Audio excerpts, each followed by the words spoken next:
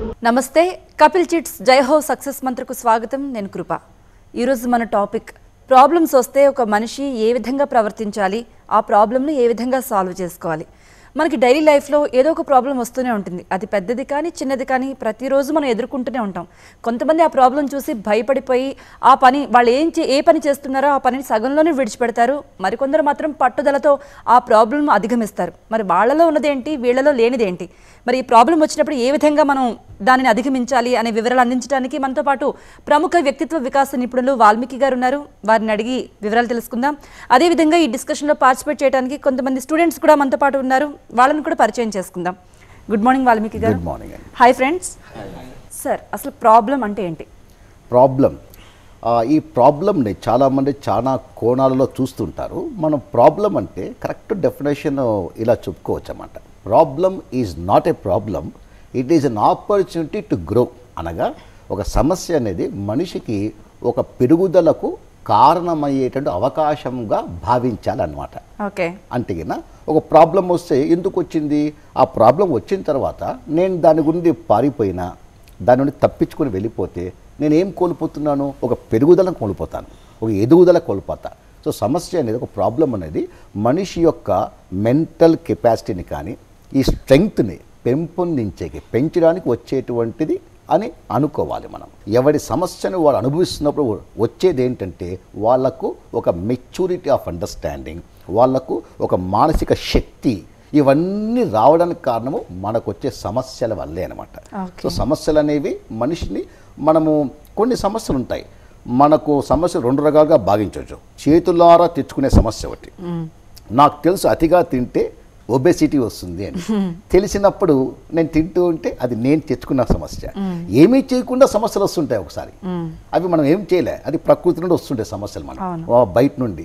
అప్పుడు మన ప్రమేయం లేకుండా వచ్చిన సమస్యని మనం ఎదుర్కొన్నప్పుడు మనకు కలిగేటువంటిదే పెరుగుదల, లేకపోతే ఈ యొక్క మనోబలం కానీ మెచ్యూరిటీ అని చెప్పవచ్చు. సో ప్రాబ్లం అలా తీసుకోవాలన్నమాట. ఓకే. వాల్మీకి గారు, ప్రాబ్లం లేని మనిషి అంటూ ఎవరు ఉండరు. ఏది చిన్న ప్రాబ్లం కావచ్చు, పెద్ద ప్రాబ్లం కావచ్చు, ప్రతిరోజు మనిషి ఏదో ఒక ప్రాబ్లం ఎదుర్కొంటూనే ఉంటాడు. కొంతమంది చాలా ఆత్మవిశ్వాసంతో కనిపిస్తారు, మరికొందరు నాకే ఎందుకు వచ్చింది ఈ ప్రాబ్లం, నాకే ఎందుకు వచ్చిందని ఏడుస్తూనే ఉంటారు. ఎందుకు ఇలా జరుగుతోంది? వాళ్ళలో ఉన్నటువంటి ఆత్మవిశ్వాసానికి కారణం ఏంటి? వీళ్ళు ఇలా దిగులు పడటానికి గల కారణం ఏంటి?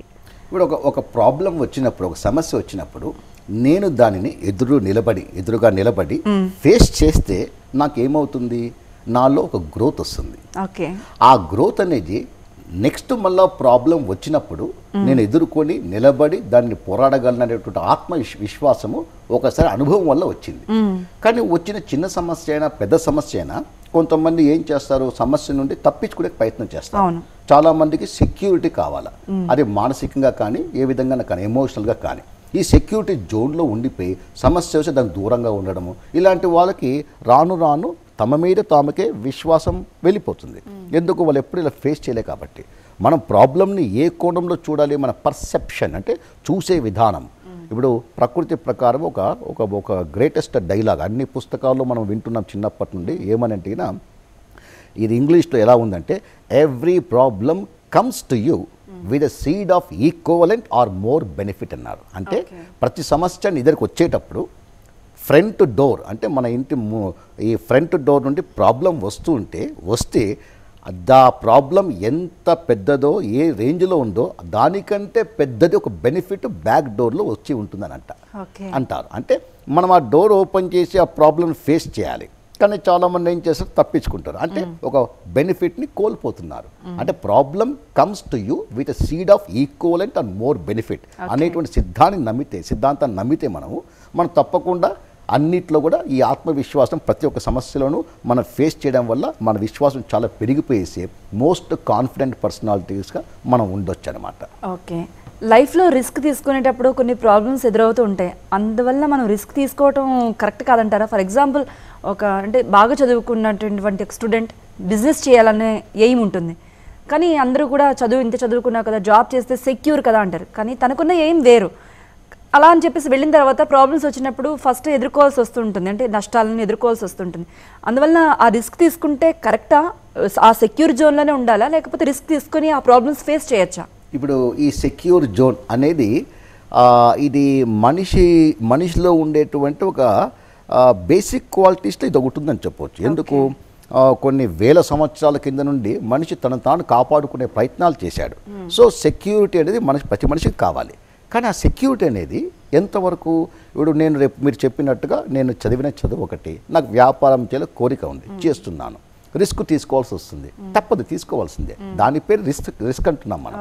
ఆ రిస్క్ అనేది మనిషి యొక్క తత్వం, అంటే ఆయన యొక్క చూసే విధానం బట్టి ఆ రిస్క్ చిన్న కనిపించవచ్చు, పెద్ద కనిపించవచ్చు. ఇప్పుడు చిన్న విషయం, మీరు చీఫ్ మినిస్టర్ జరిగిపోతే ఆయనకు అది సమస్యే కాదు, లేకపోతే అది రిస్కే కాదు ఆయనకి. ఎందుకు, ఆయన ఉండేటువంటి స్టేటస్ కానీ ఆ లెవెల్ కానీ. కానీ ఒక చిన్న పౌరుడికి మనిషికి ఆ చిన్న సమస్య చాలా పెద్దగా ఉంటుంది, అది చూసే దాంట్లో ఉంటుంది. బట్ మనం తెలుసుకోవాల్సింది ఏంటంటే సమస్యలు అనేవి రాకుండా ఎక్కడ ఉండదు.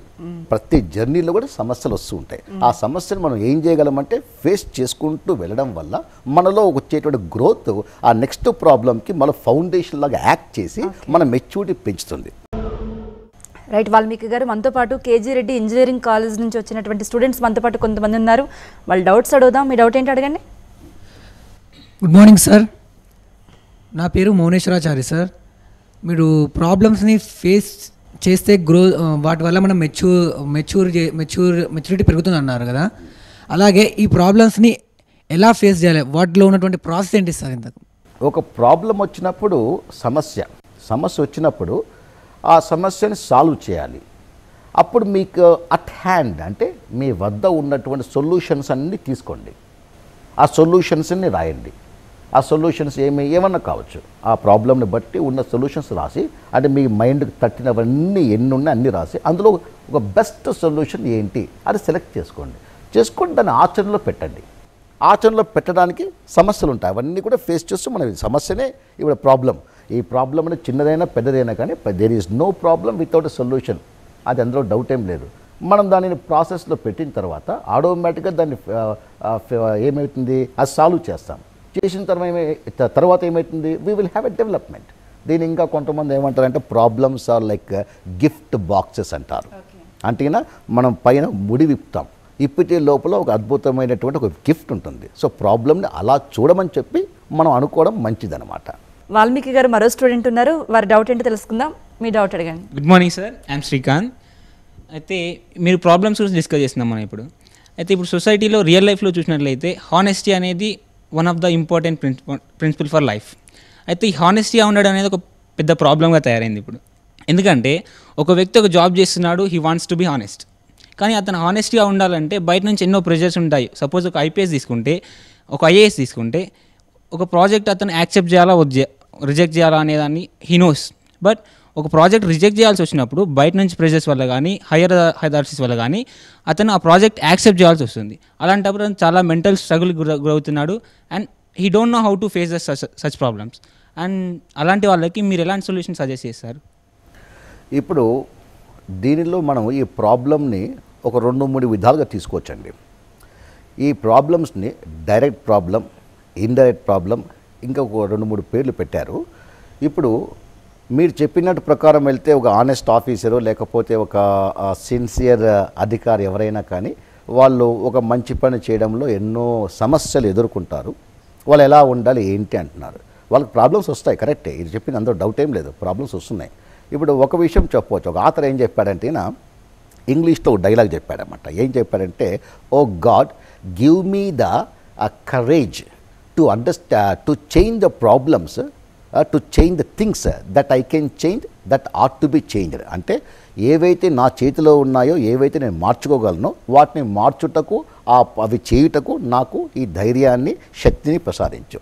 తర్వాత please give me the serenity to accept the things which cannot be changed. అంటే ఏ సమస్యలైతే, ఏ విషయాలైతే నేను మార్చలేనో, నా చేతిలో లేవో వాటిని యాక్సెప్ట్ చేసేందుకు నాకు ఆ ఓపికను లేకపోతే ఆ యొక్క గుణాన్ని ప్రసాదించు. ఇంకా చివరగా and give me the wisdom to understand the difference between the two. అనగా చివరగా ఏది మార్చగలనో ఏది మార్చలేనో తెలుసుకునే జ్ఞానాన్ని కూడా నాకు ప్రసాదించు అన్నారు.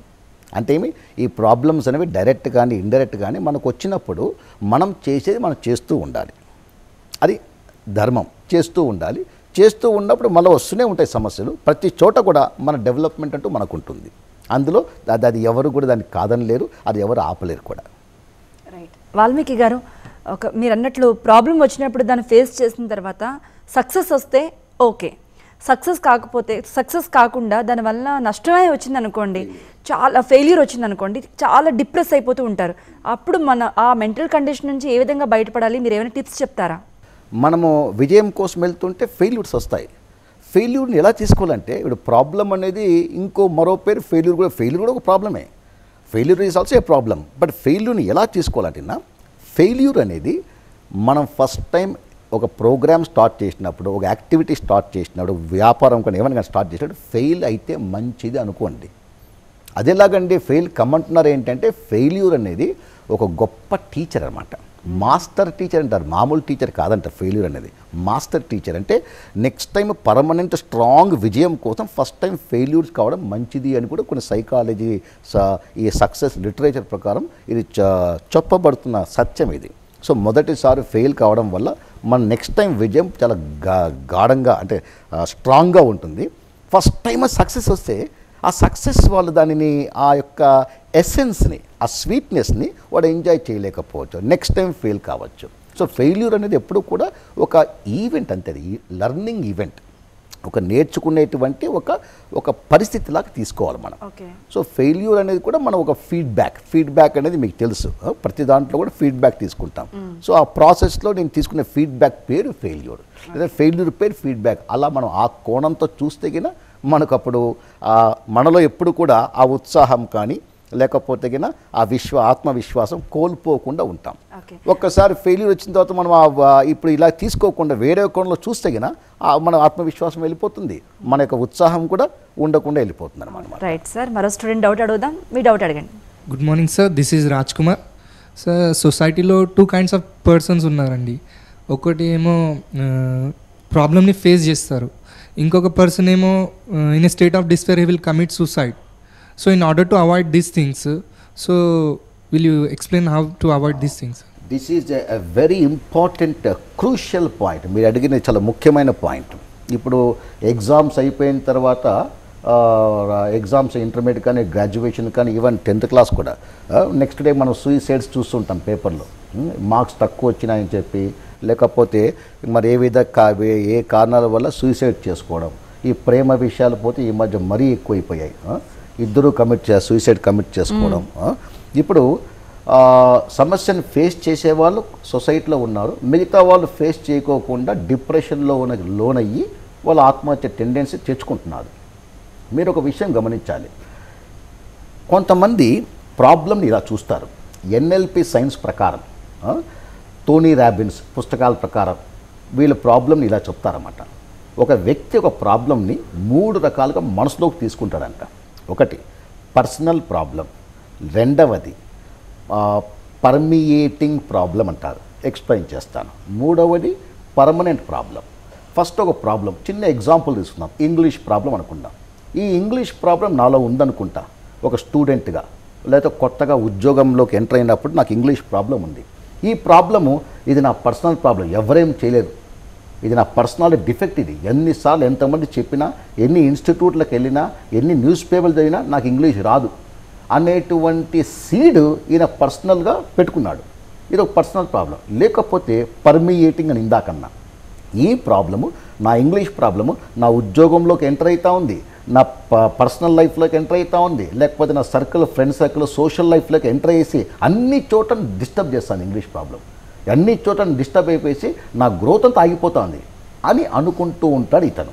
ఎందుకు? ఇతని ప్రాబ్లం పర్మియేటింగ్గా తీసుకున్నాడు కాబట్టి. ఇంకా చివరగా ఈయన ప్రాబ్లం ఎట్లా తీసుకుంటున్నాడు, మనసులోకి ఎలా తీసుకుంటున్నాడు, ఇది పర్మనెంట్ ప్రాబ్లం, నా లైఫ్లో ఇది పోదు, ఈ ప్రాబ్లం నాకు పర్మనెంట్, దీన్ని ఏం చేయలేను, నా కర్మ, నేను నాకు తెలిసి నా ఎదుగుదల ఇంక ఉండదు అని అలా తీసుకుంటాడు. ఈ 3 రకాలు తీసుకుంటారు మనిషి ప్రాబ్లమ్ని. ఆయన తెలుసుకోవాల్సిందంటే ఏ ప్రాబ్లము పర్సనాలిటీ డిఫెక్ట్ కాదు, ఏ ప్రాబ్లం కూడా పర్మియేటింగ్ ప్రాబ్లం కాదు, చివరగా ఏ ప్రాబ్లము పర్మనెంట్ కాదు. వాల్మీకి గారు, మరో స్టూడెంట్ తన డౌట్ అడుగుతారు, మీ డౌట్ అడగండి. Good morning sir, this is Srinivas from KG Reddy college. మీరు ఇంతకుముందు చెప్పినట్టుగా పర్సనల్ డిఫెక్ట్ అంటున్నారు. అంటే అందులో కొంతమంది ఓవర్ కాన్ఫిడెన్స్ వల్ల కూడా కష్టాలు పడే వాళ్ళు ఉంటారు. అంటే వాళ్ళు చదివేదానికన్నా అనుకుంటారు నేను ఇంకా ఎక్కువ చేయగలుగుతాను అనుకొని ఓవర్ కాన్ఫిడెన్స్ వల్ల వాళ్ళు కష్టాలకు గురై దానివల్ల కూడా సూసైడ్ చేసుకుంటారు. వారు సూసైడ్ చేసుకోకుండా వారికి ఏమైనా ప్రత్యామ్నాయాలు ఉన్నాయా? మీరేమైనా గైడ్లైన్స్ చేయగలుగుతారు? ఇప్పుడు మనం అనుకున్నది అంటే సూసైడ్ అనేది ఇట్స్ ఏ పర్మనెంట్ సొల్యూషన్ అనుకుంటారు వాళ్ళు, కానీ టు ఏ టెంపరీ ప్రాబ్లం చెప్పాను. అంటే నో ప్రాబ్లమ్ ఇస్ పర్మనెంట్. ఈ ఓవర్ కాన్ఫిడెన్స్ అంటే ఏంటి? మెట్లు ఎక్కుతాం, ఒక్కొక్క మెట్లు ఎక్కుతాం. లేదా హైట్ ఎక్కువ ఉన్నా అంటే రెండు మెట్లు ఎక్కొచ్చు, నష్టమేం లేదు. అలా అని చెప్పి 4 మెట్లు ఒక్కసారి ఎక్కుతానంటే that is not convenient, not comfortable. కాబట్టి ఓవర్ కాన్ఫిడెన్స్ అనేది అది వస్తుంది కొన్ని సందర్భాల్లో. వచ్చినప్పుడు మనిషి బ్యాలెన్స్గా ఉండాలి. బ్యాలెన్స్ అనేది కోపం వస్తే అతిగా చూపించడం కాకోకుండా ఏమీ చూపించకుండా ఉండడం కంటే మనం బ్యాలెన్స్ చేస్తూ ప్రతి విషయంలో ఉంటే గిన ఆ బ్యాలెన్సింగ్ నేచర్ వల్ల మనిషికి ఒక you can say harmonious life ఉంటుంది. సో ఈ సూసైడల్ టెండెన్సీ అనేది ఏ కోణంలో కూడా రాకూడదు. అది రావడానికి అవకాశం లేకుండా చూసుకోవాలి. ఎస్పెషల్లీ ఇప్పుడు వస్తున్న యువత, students especially. So that is a very dangerous activity. So physical డిఫార్మిటీని ఓవర్కమ్ చేయొచ్చు మనం. అలాంటిది మరి మెంటల్ ప్రాబ్లమ్స్, ఇవన్నీ కూడా problems related to mind. So anybody can overcome. That is not a big issue అనమాట. ఓకే, వాల్మీకి గారు, గొప్ప గొప్ప విజయాలు సాధించిన వాళ్ళని మనం చాలామందిని చూస్తూ ఉంటాం. మరి వాళ్ళ లైఫ్లో ఎప్పుడు ఏ ప్రాబ్లమ్స్ ఎదుర్కోలేదా? వాళ్ళు అంత స్థానానికి, గొప్ప స్థానానికి ఏ విధంగా చేరుకోగలిగారు? So very good question. మీరు ప్రపంచ చరిత్ర మొత్తం చూడండి. ప్రపంచ చరిత్రలో ఒక విషయం చెప్పచ్చు.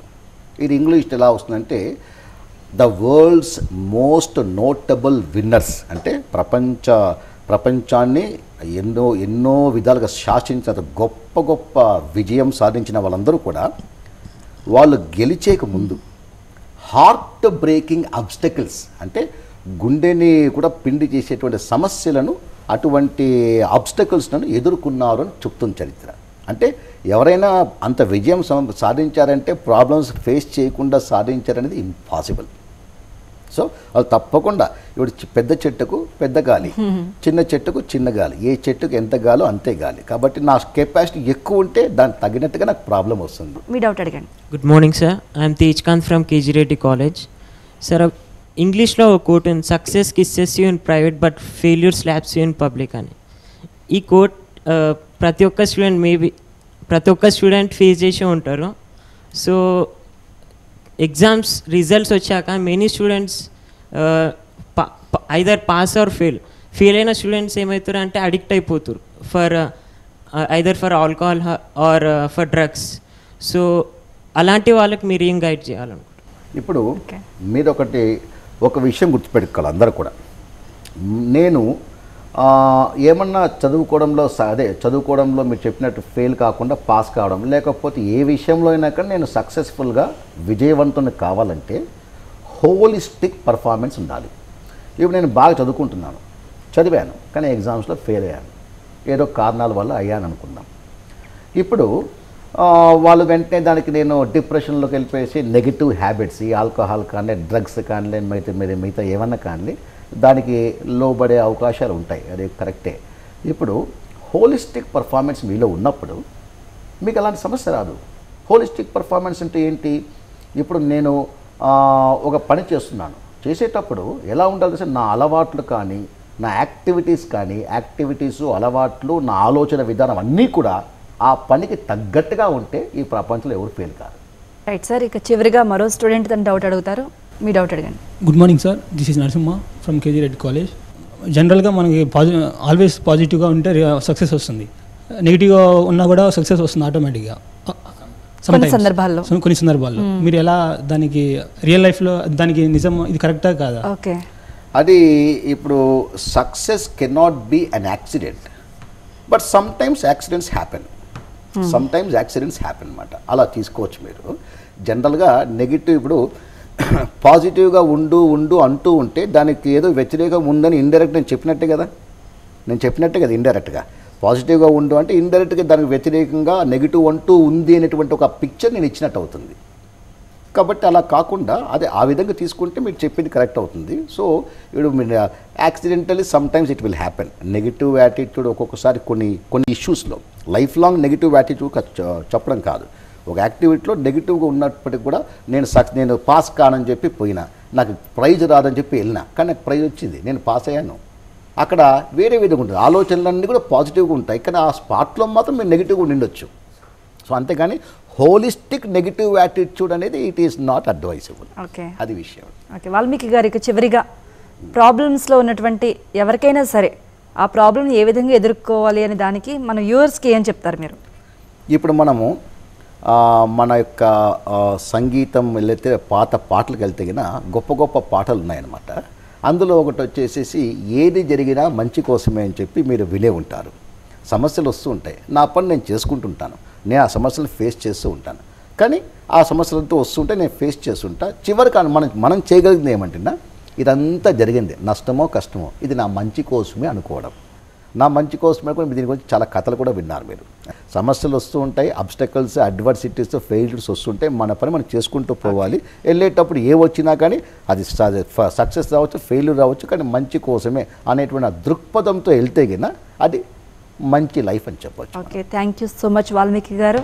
నిజంగా ప్రాబ్లం వచ్చినప్పుడు ఇవన్నీ ఇటువంటి వాక్యాలు కానీ ఇటువంటి చిన్న చిన్న స్టోరీస్ కానీ వింటే ఆ ప్రాబ్లం మనం సాల్వ్ చేసుకున్నంత రిలీఫ్ పొందుతాం. Thank you so much. Students మీకు కూడా ధన్యవాదాలు ఈ చర్చలో పాల్గొన్నందుకు. చూసారు కదా, ప్రాబ్లం రాని మనిషి అంటూ ఎవ్వరూ ఉండరు. గొప్ప గొప్ప విజయాలు సాధించిన వాళ్ళు కూడా రకరకాల ప్రాబ్లమ్స్ ఎదుర్కొని ఆ సమస్యలను అధిగమించి ఆ విజయాలను సాధించిన వాళ్ళే. ఈరోజు ఒక ప్రాబ్లం వచ్చినప్పుడు దానికి భయపడిపోతూ ఉంటాం, కానీ కొన్ని రోజుల తర్వాత ఈ ప్రాబ్లం తలుచుకుంటే చాలా చిన్నది, అంత టెన్షన్ ఎందుకు పడ్డామని ఒక్కొక్క సందర్భంలో నవ్వుస్తూ ఉంటుంది. సో ప్రాబ్లం చూసి భయపడద్దు, దాన్ని అధిగమించడానికి ఏ విధమైన సోర్సెస్ ఉన్నాయని ఆలోచించండి, ప్రాబ్లంను అధిగమించండి. ఇది వాటి కపిల్ చిట్స్ జై హో సక్సెస్ మంత్ర. నమస్తే.